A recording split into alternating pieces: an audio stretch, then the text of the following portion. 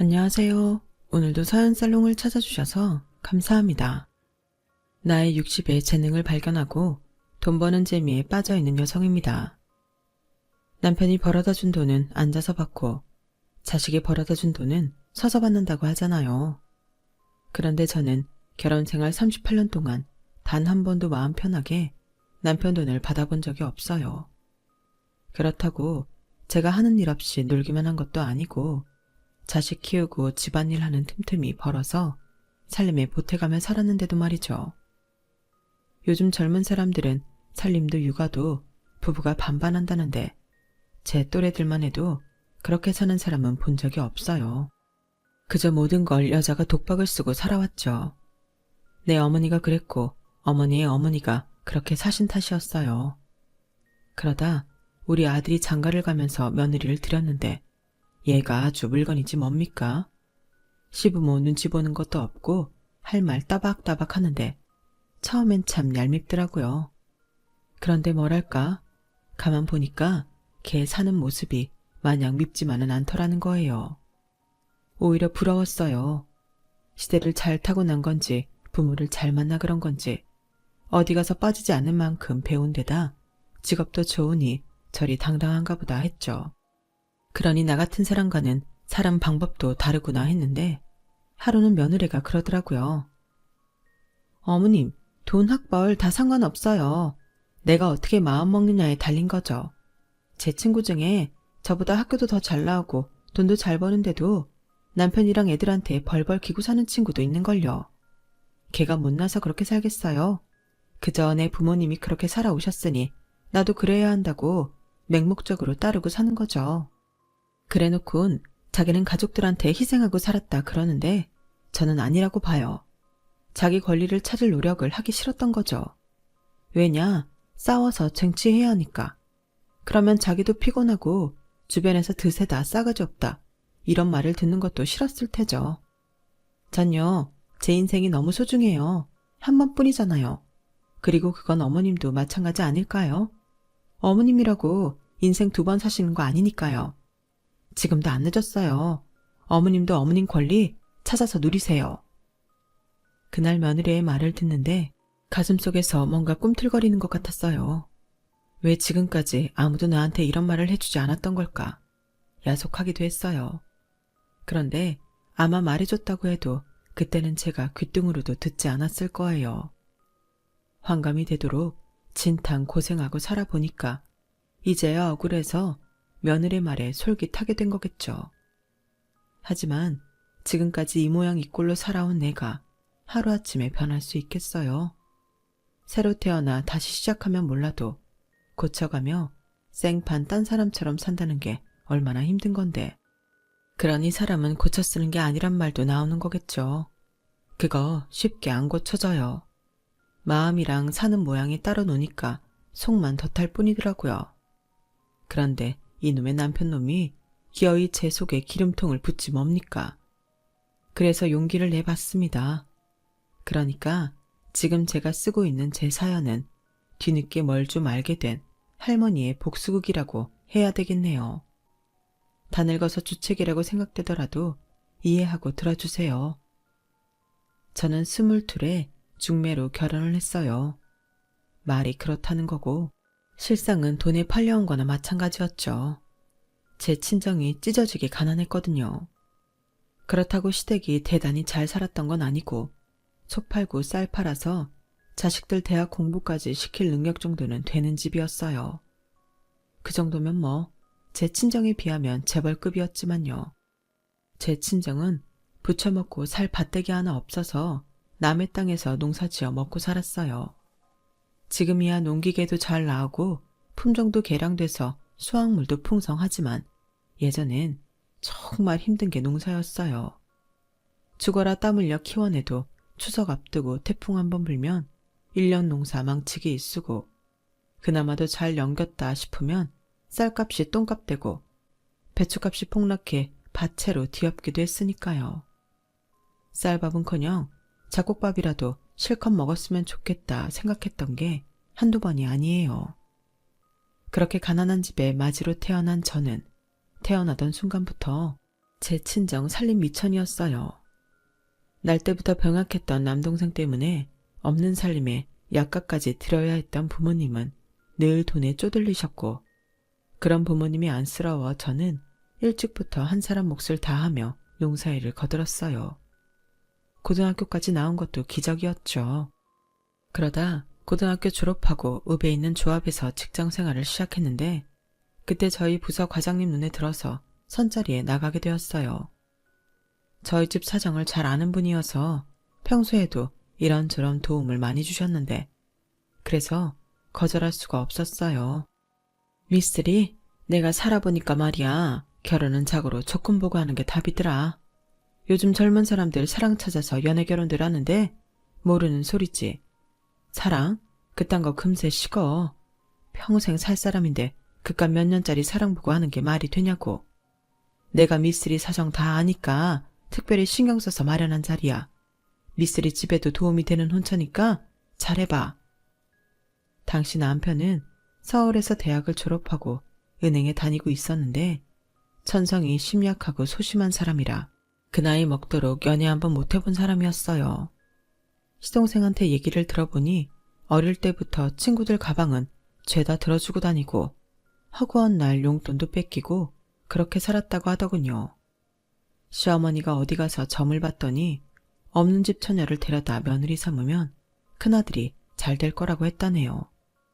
없는 집에서 왔으니 지 처지 잘 알 테고, 데려올 때 친정에 땅이라도 조금 사주면 지 서방을 하늘처럼 떠받들고 살 거라나요? 제 남편은 여자가 집에서 떠받들어 줘야 밖에서도 일이 풀리고 어깨 편은 사주라고 했다는데, 뭐 살아보니 썩 틀린 말은 아닌 것 같더라고요. 아무튼 그런 이유로 저는 남편과 선을 본 지 반년도 안 돼서 식을 올렸어요. 제가 시집 올 때 혼수는커녕 수저 세트 하나 변변히 해올 수 없는 형편이었는데도 시댁에선 저희 집에 밭을 사주셨어요. 손바닥만 한 거였지만 그래도 태어나 처음 내 땅을 갖게 된 저희 아버지는 사돈지간임에도 불구하고 바닥에 엎드려 절을 했다더군요. 그거야 제가 본 게 아니니까 다 믿을 수 없지만 시어머니 말로는 그러더군요. 어찌됐던 혼수도 못해가는 주제에 밥까지 받고 한 결혼이라 저는 시작부터 시댁에 납작 엎드려 살았어요. 그러라고 제 친정에 밭을 사준 거였겠지만 그때는 일단 고마운 게 우선이었죠. 서울은 말로만 들었지 한 번도 가본 적 없던 저는 신혼살림을 봉천동에서 시작하게 되었어요. 지금이야 서울 시내 집값이 다 비싸지만 그때만 해도 봉천동은 못 사는 사람들이 많이 사는 동네였는데도 저한테는 신천지 같았어요. 방 한 칸에 부엌 달린 집이었는데 화장실은 밖에 있는 데다 공용으로 사용하는 거라서 아침 시간엔 서두르지 않으면 볼 일도 못 보고 참아야 했어요. 수도가는 또 어떻고요. 밥 때 되면 서로 수도꼭지 차지하려고 난리도 아니었어요. 그래도 그런 집에서 지지고 볶고 살면서도 아들을 가졌고 돈도 모아서 신촌 근소로 이사도 했어요. 서울에 뿌리가 없어서 그랬는가 몰라도 이사 참 많이 다녔습니다. 지금은 포장이사하면 업체에서 다 알아서 해주지만 그때는 그런 게 있나요? 우리가 직접 짐 싸고 같이 나르고 하면서 옮기는 거죠. 그나마 거리가 가까우면 려카 빌려다 남편이랑 둘이 나르기도 했어요. 요즘 애들이 들으면 기함을 토할 일이죠. 얼마 안 되는 남편 월급 아껴가면 살림하고 애 키우고 동네 아줌마들한테 부탁해 소일거리 받아다 집에서 부업도 하면서 하루 24시간이 모자랄 정도로 빡빡하게 살았네요. 그러니 친정 나들이는 꿈도 못 꿨죠. 시집오고 10년이 넘도록 친정집엔 가본 적도 없어요. 저는 미안해서 친정 나들이는 꿈도 못 꿨고 남편은 애초에 저희 집을 처가로 생각지도 않는 사람이었어요. 시어머니는 더 말할 것도 없고요. 너한테 볼 게 사주 하나밖에 더 있냐? 내 아들 길하게 해주는 사주 아니었으면 언감생심 네가 어떻게 우리 집에 들어와? 그러니 넌 평생 내 아들한테 고마운 줄 알고 살아라. 다 굶어 죽게 된 집구석 부쳐먹고 살 땅도 주지 않았더냐? 늘상 돈 주고 사온 노비 대하듯 하는 통에 시댁 식구들 앞에 서면 나도 모르게 고개부터 숙여졌어요. 그놈의 땅. 뭐 없는 살림엔 가뭄 중에 만난 단비 같은 거죠. 그 땅으로 농사도 지었고 그걸로 병약한 제 동생 약값도 했으니까요.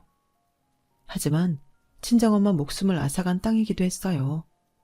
삼복 더위에 밭에 나가 일을 하시던 친정엄마가 땡볕에 쓰러져 사흘 만에 세상을 떠나셨거든요. 결혼하고 3년 만에 들려온 비보에 억장이 무너지는 것 같았어요. 장례를 치르러 고향에 내려가 보니 옆집 순덕이 엄마가 그러대요. 네 엄마 밭에 나갈 때마다 그렇게 울었다. 딸 팔아 받은 땅이라고 이 땅만 보면 억장이 무너진다나. 거기서 난 감자며 고추 따서 네 동생 약해 먹이고 그랬다만 결국 그 땅이 네 엄마 잡아먹은 거지. 그 땅 일구면서 네 엄마 속은 썩어 문드러졌다. 에휴, 오늘도 봐라. 장모 상 치르는데도 네 서방 코빼기도 안 보이는 거. 아무리 회사 일이 바빠도 그렇지 어떻게 장모 장례 치르는데도 안 온다니? 어쩜 그렇게 인정머리가 없어.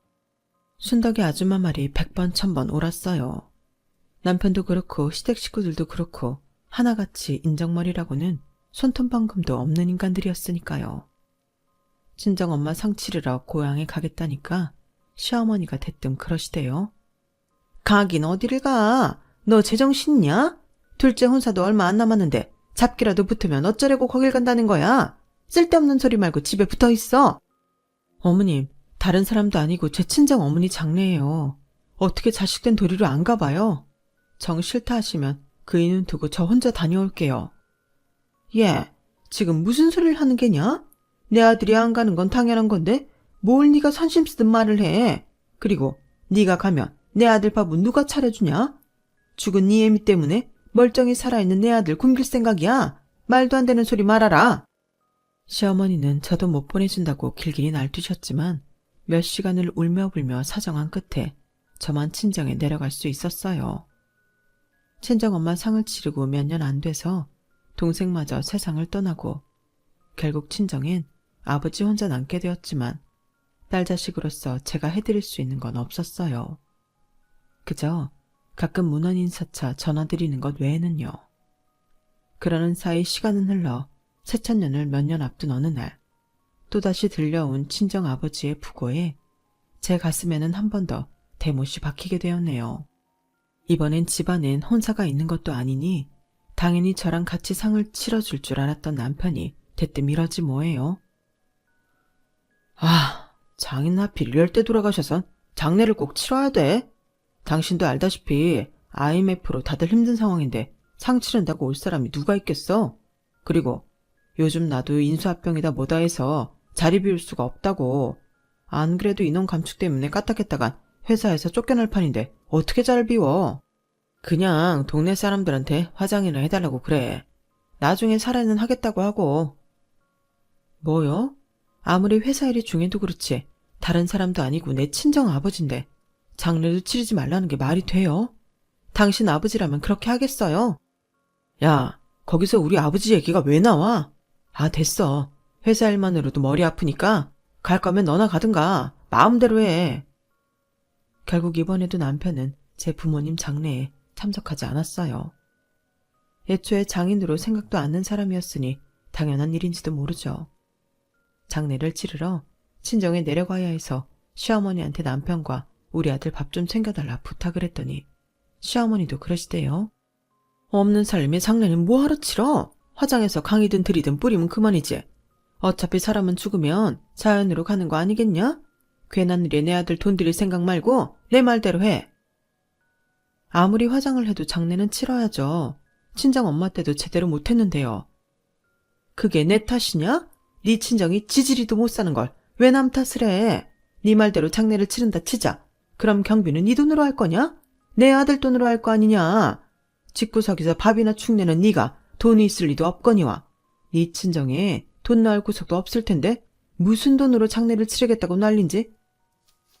괜한 집 버릴 생각 말고 내 말대로 해. 그때 처음으로 내 자신이 미웠어요.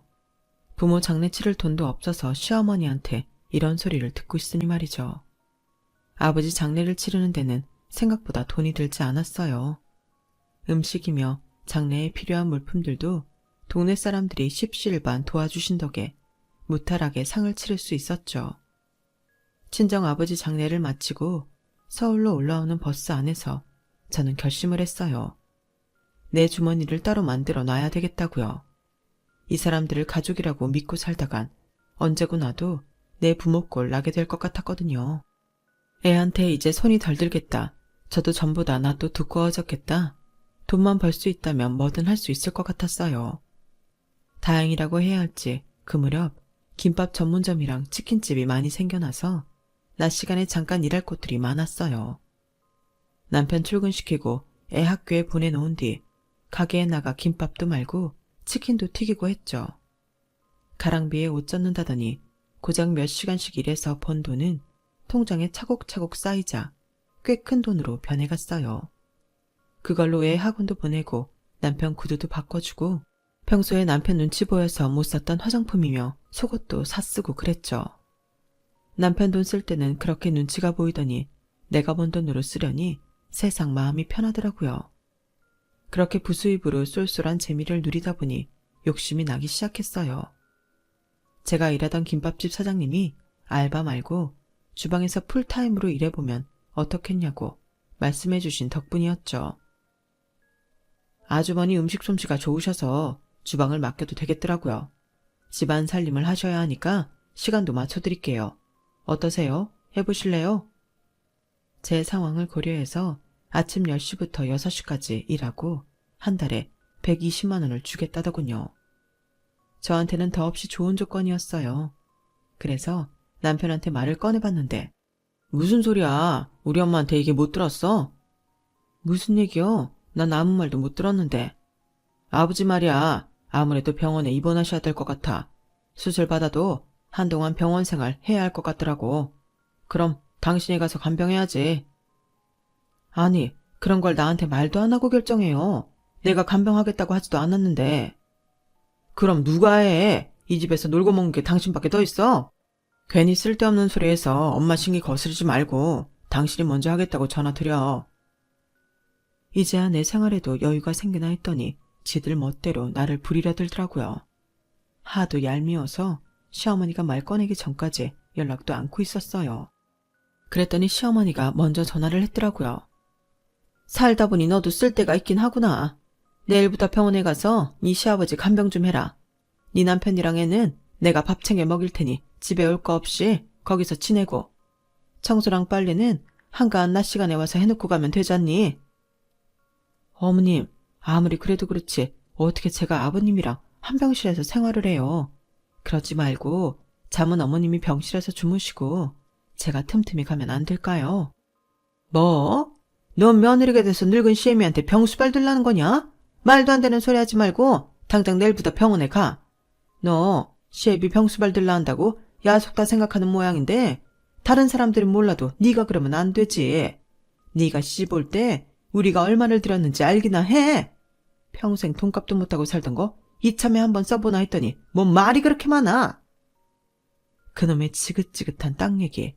하지만 그 연병할 땅 팔아서 우리 아버지 묘자리로 썼으니 저도 더는 할 말이 없었어요. 한동안 시아버지 병수발하느라 병원에서 지내다 보니 이게 꼭 육아랑 같다는 생각이 들더라고요. 매일 반복되는 일상에 편히 잠도 잘 수 없고 누가 대신해주지 않는다는 걸 보면 말이죠. 간병을 하다가 아버님 점심 식사를 챙기고 나선 집으로 달려가 빨래며 청소를 해댔어요. 어머님이 식구들 밥만 챙겨주시고 살림은 아무것도 안 해주셔서 냉장고 채우는 것도 제 일이었죠. 그 바쁜 와중에 병원에서 먹을 반찬 몇 가지 후딱 하고 나면 바로 아버님 저녁 챙겨드릴 시간이 돌아왔어요. 발바닥에 땀나도록 뛰어다니다 보니 하루가 다르게 몸이 축 나더라고요. 온몸에 파스를 붙이고 밤마다 끙끙 앓으며 잠들다 보니 아픈 사람이 시아버지인지 난지 구분이 안 가더라고요. 가끔 주말에 시동생 내외가 와서 1시간 정도 떠들고 가곤 했는데 이것들이 올 때마다 그렇게 트집을 잡지 뭐예요.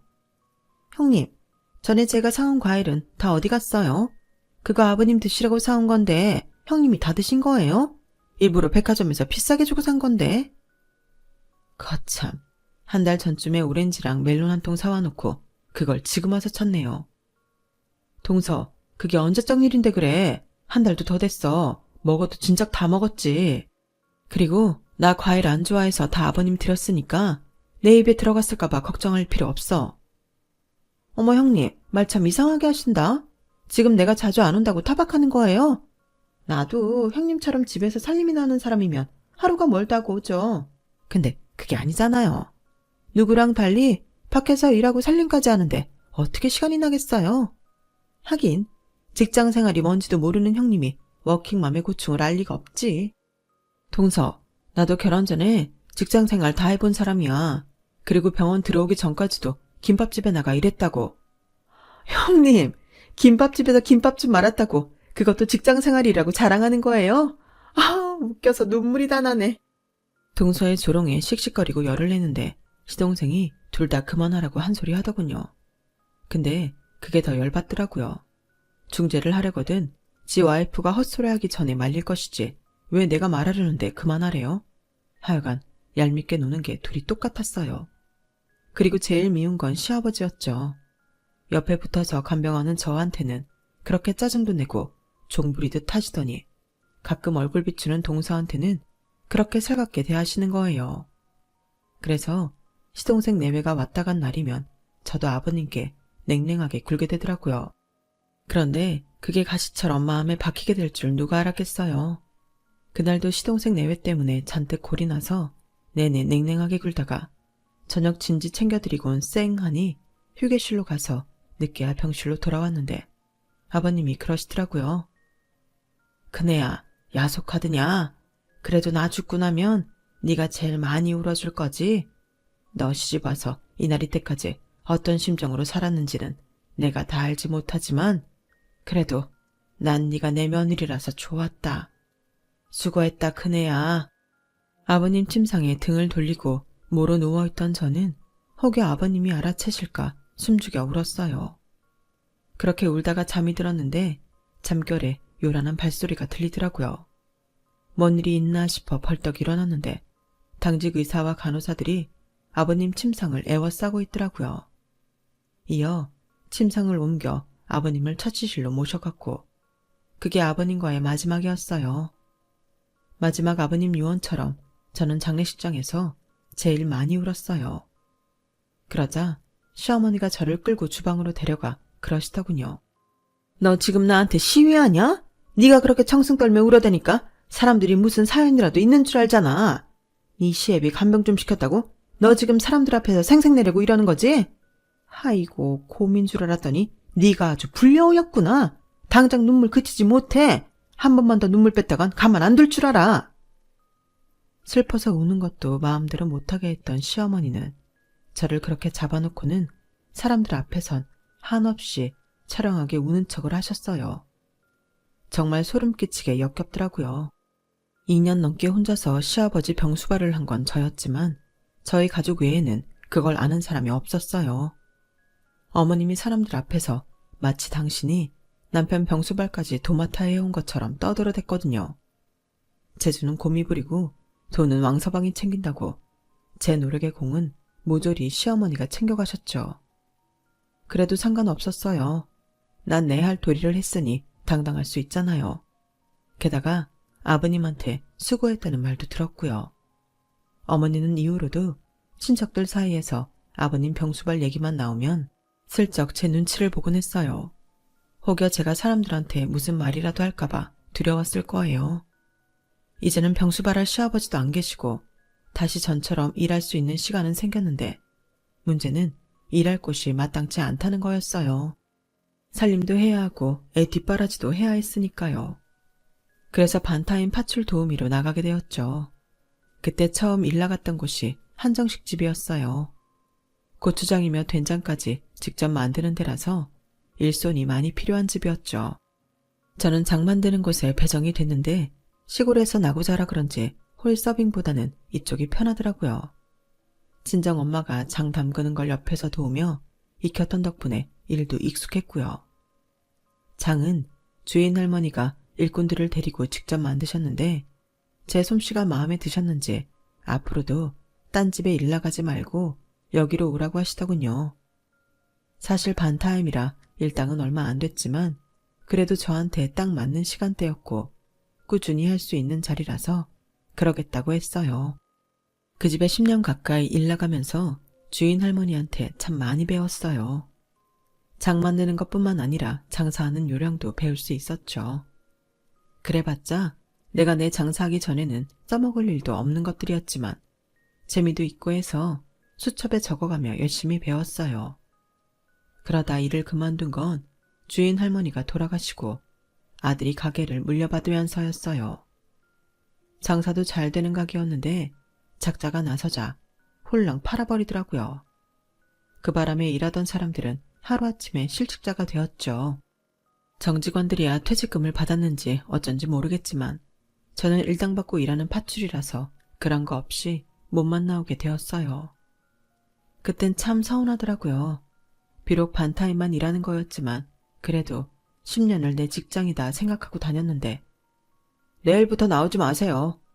한마디로 떨궈내니 말이에요. 그렇게 식당 일을 그만두고 한동안 마음이 헛헛하더라고요. 바로 일을 시작하려고 했는데 일이 안 구해졌거든요. 이제는 나이가 많아서 써주겠다는 곳이 없었어요. 그렇다고 이 나이 먹고 식당에 설거지하러 다니기도 그래서 일을 쉬고 있었는데 아들 녀석이 하루는 결혼할 사람이 있다고 그러지 뭐예요. 그때 정신이 확 들더라고요. 아, 내 나이가 벌써 이렇게 됐구나. 품 안의 자식이라고 이제 아들 녀석도 떠나보내야 하는구나 하고 말이죠. 그런데 하필 아들놈이 데려온 며느리감이 저랑은 성격이 정반대라서 괜히 불편하더라고요. 내가 데리고 살 사람도 아닌데 어떠냐고 하시겠지만 그래도 얼굴 맞대고 살아야 하는 가족인데 기왕이면 나 좋은 사람이 들어오면 좋잖아요. 그런데 사람은 겪어봐야 한다고 시간이 갈수록 정이 가지 뭐예요. 배운 게 도둑질이라고 장 만드는 식당에서 오래 일한 덕분에 고추장이며 된장 만드는 건 자신이 있었거든요. 아들 녀석 장가 보낸 뒤로는 방도 하나 남아서 매주도 직접 뛰어가며 본격적으로 장을 만들어 먹기 시작했는데 며느리가 장맛을 보고는 그러지 뭡니까? 어머님, 이 좋은 재주를 왜 썩히고 계세요? 팔아서 돈 버세요.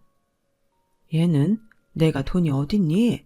장 만들어 팔려면 공장도 있어야 하고 가게도 있어야 되는데 너도 알다시피 내 손이 진 게 아무것도 없잖니. 어머님, 요즘엔 홈메이드 제품도 잘 팔려요. 판매야 인터넷으로 주문 받아서 팔면 되는데 뭐가 문제예요? 어머님이 하겠다고만 하시면 판로를 제가 만들어 드릴게요. 일단 첫 주문은 제가 할게요. 저희 먹을 거 고추장 된장 한 통씩이랑 제 친정 것도 한 통씩 해서 총 4통 만들어주세요. 매사에 딱 부러지는 며느리는 원가에 시간당 급여, 배송비를 계산해서 가격을 산정했어요. 그리고는 인터넷에서 시판 중인 제품들이랑 가격 비교해서 최종 가격을 결정했죠. 그래 봐야 주문량은 1kg짜리 4통이었지만요. 그래도 이걸로 돈을 벌 수 있다 생각하니 기분은 좋더라고요. 그렇게 장난처럼 시작한 장 만들어 파는 일은 1년이 지날 무렵부터는 꽤 쏠쏠한 수입원이 되었어요. 며느리 직장 사람들은 물론 며느리 친정 쪽에서 들어오는 주문량도 상당했고 인터넷으로 주문해서 먹어본 사람들이 몰고 온 신규 고객까지 그 사이 많이 늘었거든요. 처음엔 집에서 그런 걸 만들어 판다고 타박을 하던 남편도 제 통장에 찍히는 수익금을 보자 슬슬 욕심을 내더라고요. 이참에 차 좀 바꿀까 하는데 당신은 어때? 기왕이면 수입차로 할까 하는데 말이야. 그런 걸 언제 나한테 물었다고 그래요? 당신 마음대로 해요. 이 사람이 내가 꼭 내 입으로 차 바꿔달라고 해야겠어? 말을 하면 대충 알아먹을 것이지 머리 안 좋은 거 티내. 애초에 차 사달라고 했으면 됐잖아요. 그리고 내가 머리가 왜 안 좋아요? 아들은 엄마 머리 닮는다고 우리 성준이 공부 잘했던 건 몰라요? 이봐. 내가 이래서 자넬 보고 머리가 안 좋다는 거야. 아들이 엄마 머리 닮는다는 증거가 어딨어? 과학적으로 증명은 된 얘기야? 아니지? 어디서 출처도 불분명한 헛소리를 듣고 와서는 떠들기는. 그 출처가 바로 당신 어머니네요. 어머님이 항상 그러시잖아요. 당신의 어머님을 닮아 똑똑한 거라고. 따질 거면 당신 어머님한테 가서 따지라고요. 우리 부부 목소리가 커지자 방에 있던 아들 내외가 거실로 나왔어요.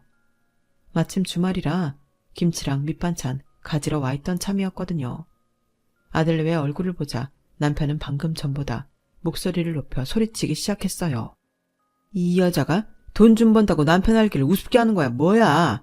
됐어. 그깟 차 안 사줘도 돼. 대신 앞으로 내 집에서 냄새 피우면 장 담글 생각 꿈도 꾸지 마. 쥐뿔도 없는 거 데리고 살아줬더니 어디서 까불어. 너 시집 올 때 우리 집에서 땅 사줬던 거 기억나지? 따지고 보면 넌 네 부모가 땅 받고 우리 집에 판 거나 마찬가지야. 그런데 감히 주인 앞에서 고개 빳빳이 들고 대들어? 배은망덕한 것 같으니라고. 순간 세게 뒤통수를 한 대 맞은 기분이었어요. 그건 아들 내외도 마찬가지인 것 같더군요. 특히 며느리는 충격을 크게 받았는지 입을 떡 벌리고는 경멸스러운 눈빛으로 제 시아버지를 쳐다봤어요. 그제야 남편도 자기가 말을 심하게 했다는 걸 깨달았는지 헛기침을 하며 슬쩍 제 눈치를 봤어요. 그러게 자네가 내 속을 긁지만 않았어도 이런 말까진 안 했잖아. 배고프니까 점심이나 차려. 남편은 은근슬쩍 넘어가려고 했어요. 하지만 그렇게 놔둘 수는 없었죠. 내가 왜 네 밥을 차려? 배고프면 네 손으로 차려서 처먹어. 배은망덕? 그건 내가 할 소리 아니냐? 내 친정에 밭대기 사준 걸로 지난 38년 동안 너랑 니네 식구들이 날 얼마나 부려쳐먹었냐. 그거 돈으로 환산하면 밭대기 수십 개 수백 개 사고는 남을 거다. 그리고 이 집이 어째서 네 집이냐? 너 밖에서 돈 버는 동안 나는 놀았더냐? 밥하고 빨래하고 청소하고 밖에 나가 돈도 벌었다 이놈아. 네 월급만으로 생활하고 애 학원 보내고 돈까지 모을 수 있었는 줄 알아? 우리 집 생활비는 다 내가 벌어서 충당한 지 오래다. 그렇게 안 했으면 이 집도 못 샀어. 그런데 왜 나를 돈 주고 사온 종년 취급을 하냐고. 말을 하다 보니 점점 더 악에 받쳐서 결국 눈물까지 쏟고 말았어요. 그러자 며느리가 휴지를 들고 와서는 제 등을 쓸어주더라고요. 마치 제 편이라는 걸 알려주는 것처럼요. 그래서 그동안 말 못하고 가슴에 담아두었던 그 말을 하고 말았어요. 이참에 해야 할 말은 해야겠네요. 우리 갈라섭시다. 나는 더 이상 이런 대접받으면 살기도 싫고 당신 얼굴도 보기 싫어요. 그러니 깔끔하게 끝내고 남남으로 살자고요. 그리고 헤어질 때는 내 몫의 재산 제대로 받고 끝낼 테니 계산이나 잘해두세요. 은행원 출신이니 돈 계산이야 잘하겠지. 아니 이 여자가 미쳤나? 누구 맘대로 이혼을 해. 이봐 당신 거기 안 서. 남편은 그제야 다급하게 저를 불러댔어요. 하지만 더는 남편과 말 섞기 싫어서 저는 그 길로 밖으로 나와버렸죠. 그렇다고 딱히 갈 곳도 없어서 동네 공원을 어슬렁거리고 있는데 시어머니가 전화를 했더라고요. 처음엔 남편한테 뭔 얘기를 들어서 전화를 했나 했더니 그건 아닌 것 같더라고요. 대뜸 요양원으로 오라고 하시길래 어차피 갈 곳도 없어서 어머님이 계시는 요양원으로 갔어요. 집에 들어가 옷이라도 갈아입고 갈까 하다가 그냥 말았어요. 못해도 일주일에 두어 번은 오가는 곳이라 딱히 차려입고 가지 않아도 되는 곳이었거든요. 어머님은 저를 보자마자 당신 할 말만 하셨어요. 나도 죽을 때가 다 됐나? 죽은 이 시아버지가 그렇게 꿈에 나타난다. 이제 나도 슬슬 준비를 해야겠어. 엊그저께 텔레비를 보니까 수입하는 집이 나오더라. 요즘이야 모시로도 하고 면으로도 한다지만 그래도 수입은 뭐니 해도 삼배 아니겠니? 유명한 사람들도 그 집에서 수입을 맞춰간다던데 니들 생각해서 비싼 거는 못하겠고 그냥 돈 1,000만 원 하는 걸로다가 하나 장만해 다오. 네? 1,000만 원이요?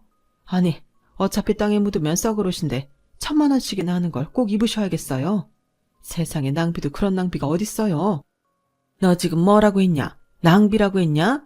시엠이 마지막 가는 길에 머리카락으로 집시를 만들어주지는 못할 망정 그깟 삼배 수위 하나 해주는 거 가지고 낭비? 네가 못 배워 처먹은 앤 줄은 익히 알고 있었지만 이 정도로 엉망인 줄은 몰랐다. 어머님도 참 그 캐캐 묵은 레퍼토리는 언제까지 하실 거예요? 그리고 말이 났으니 말인데요. 고등학교까지 나온 제가 못 배워 먹은 거면 서학교밖에 못 나온 어머님은 어디다 갖다 댈 것도 없겠네요. 그리고 어머님이 연세가 드셔서 기억이 가물가물하신지 모르겠는데 제 친정아버지 돌아가셨을 때 어머님이 뭐라 그러셨어요? 죽으면 썩어 문드러질 몸뚱이 뭐하러 수인은 입히고 관짝에 넣느냐고 하신 거 기억 안 나세요? 괜히 땅 아깝게 묻을 생각하지 말고 화장해서 들판이나 강에다 뿌리라고 하셨잖아요. 사람은 죽으면 자연으로 돌아가는 게 순리라고요. 그래놓고 어머님은 1,000만 원짜리 수익까지 있고 땅에 묻힐 생각을 하세요? 에이, 양심도 없네요. 뭐 그렇게 땅에 묻히고 싶으시다면 그러세요. 대신 어머님 수위는 제 마음대로 할 겁니다. 오냐, 네가 네 친정아버지 일로 나한테 앙금이 있는 모양이구나.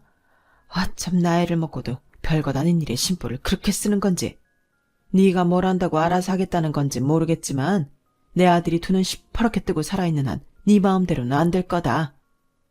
안 되긴 뭘 안 돼요. 어머님 아들은 지 몸 귀한 건 알지.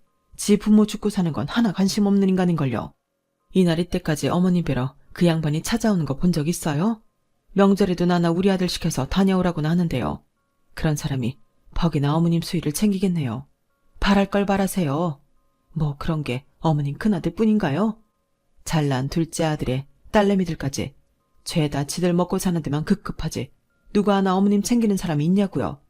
그러니까 허튼 기대는 하지 마세요. 제가 어머님 수위로 100% 면반스 한 장 입혀드릴게요. 어머님이 저한테 매번 그러셨잖아요. 어차피 겉옷으로 가려질 거 비싼 속옷은 뭐하러 입냐고. 남편이 입다 버린 속옷 주워 입으면 그만 아니냐고요.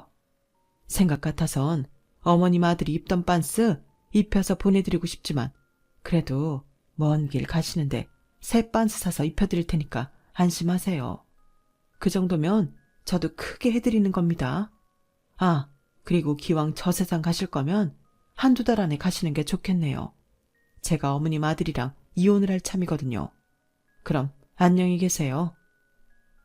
저는 성질을 부리며 각티슈를 던지는 시어머니를 뒤로하고 병실을 나왔어요. 이혼 얘기를 이렇게 전하고 싶지는 않았는데 어머님이 자초한 일이니 별 수 없었다 생각하기로 했네요. 그렇게 저는 남편과 이혼을 하고 재산 분할을 받아 작은 전셋집으로 이사를 했어요. 그날 자기 시아버지한테 단단히 실망한 며느리는 이후로 제 든든한 백이 되어주었죠. 집을 구할 때도 그렇고 저 혼자 홀로서기를 하는데도 도움을 많이 주었어요. 처음엔 맹랑하게만 보였던 며느리가 내 인생의 스승처럼 느껴지다니 인생은 참 알다가도 모를 일인 것 같아요. 그건 아마도 자기 인생은 자기가 어떻게 하느냐에 따라 달라진다고 했던 며느리의 말이 제 인생을 바꿔주었기에 더더욱 그런 생각이 드는 것 같습니다.